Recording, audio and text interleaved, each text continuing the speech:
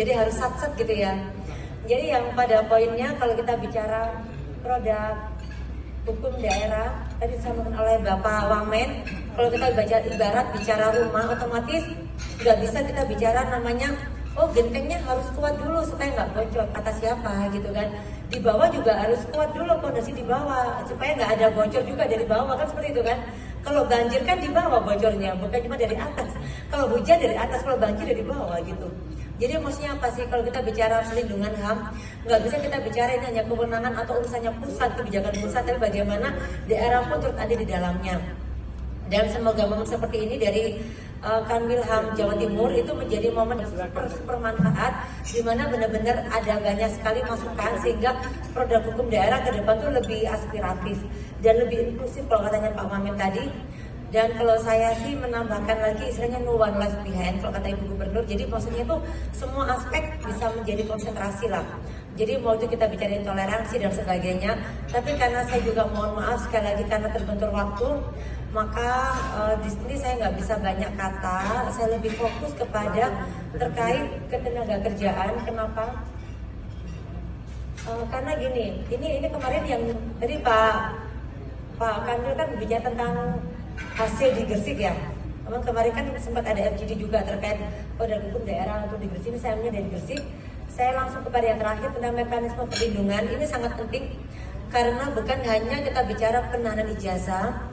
Saya sendiri pun kebetulan sebelum menjadi anggota DPD itu sempat menjalani profesi advokat, dan ada sebuah kasus yang mana sangat-sangat di hati saya itu sangat menyentuh, Pak Ansori dan semuanya. Yaitu jadi tenaga kerja, dia cerita, Ibu, saya ini ditahan sertifikat rumah. Loh kok bisa? Karena ada sebuah kejadian yang mana dia tuh seperti, entah saya nggak tahu secara detail ya, namun juga orang ceritakan, entah itu dia memang secara tidak langsung dia dijebak oleh temannya atau bagaimana saya nggak tahu. Pokoknya tuh dia dituding menggelapkan dana perusahaan 20 juta, dan akhirnya dia harus pilihannya dua, dia bekerja secara rodi, tapi kemudian pada bulan tertentu ini anak dipecat dan harus membayar nominal 20 juta, enggak lagi dipekerjakan secara rodi, dan sebagai jaminan dia membayar uang sertifikat rumahnya ditahan. Waktu itu saya sempat kehilangan kontak, dan sampai sekarang pun kehilangan kontak. Padahal sebelum kehilangan kontak itu saya sempat telepon yang angkat istrinya. Saya bilang, gimana kabarnya, gimana kemarin case-nya. Saya tanya kok terputus gitu, kok nggak ada kontak lagi. Iya, ini sekarang suami saya di Surabaya, itu orangnya Banyuwangi. Suami saya di Surabaya jadi pemulung, Masya Allah. Saya sampai kayak gitulah, kalau jadi pemulung gimana mau mencapai angka 20 juta untuk nebus dia punya sertifikat rumah. Nah, tapi yang terpenting di sini saya kira pasti banyak lah case-case seperti itu. Apalagi yang terbaru kan yang ini ya, yang kerja di atas kapal kan, ABK itu, anak buah kapal itu istilahnya kan juga banyak, yang mana mereka tuh ternyata di atas kapal mereka dikerjakan secara apa ya pokoknya tidak berperi kemanusiaan, dan mereka nggak bisa berbuat apa-apa kan seperti itu kan. Nah, yang menjadi problem di sini maksud saya itu kalau kita bicara perlindungan, bahwasanya ternyata banyak ya lapangan kerja di tengah-tengah kita itu yang ternyata tenaga kerja tidak mendapatkan perlindungan secara nyata. Bukan saya mengkritik pemerintah, bukan.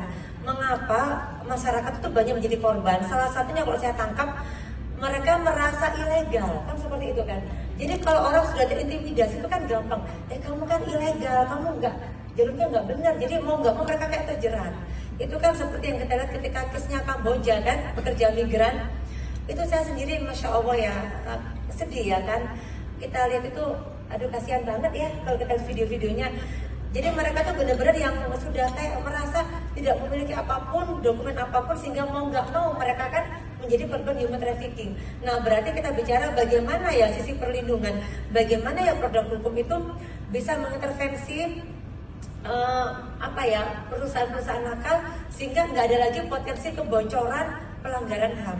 Seperti yang tadi saya sampaikan terkait rumah, bagaimana agar nggak ada lagi tuh kebocoran di bawah akibat pelanggaran HAM karena kurang tegas gitu loh. Karena ada banyak peluang-peluang yang mana penyedia kerja itu bisa nyusup, bisa masuk untuk mendapatkan tenaga kerja secara nggak benar, secara ilegal, tapi tujuannya juga human trafficking, tujuannya juga tidak memanusiakan manusia.